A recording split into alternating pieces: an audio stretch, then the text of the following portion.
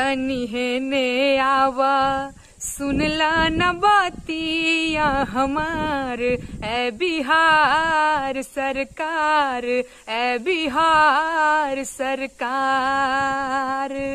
कुर्सी पे बैठी के जिनया गरई है, 19 लाख वादा जिन तू भुलई है। एगो पहिला काम, कौन काम याद बा ना?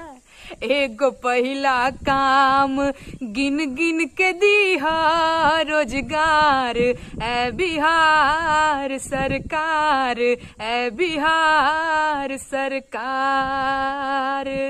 फिर में चाही बाबू वैक्सीन कोरोना के, फिर में चाही बाबू वैक्सीन कोरोना के। स्वास्थ्य सड़क पानी आया जोर कोना कोना के, तनिको आलस नाही, तनिको आलस नाही। काम होखे के चाहिए सरदार, ए बिहार सरकार, ए बिहार सरकार। जब जब आम जन पे बढ़ी अत्याचार भाई, जब जब आम जन पे बढ़ी अत्याचार भाई।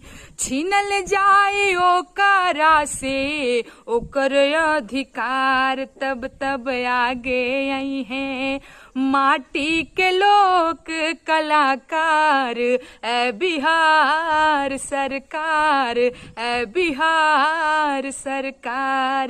तनी है ने आवा सुनला न बातिया हमार, ए बिहार सरकार, ए बिहार सरकार।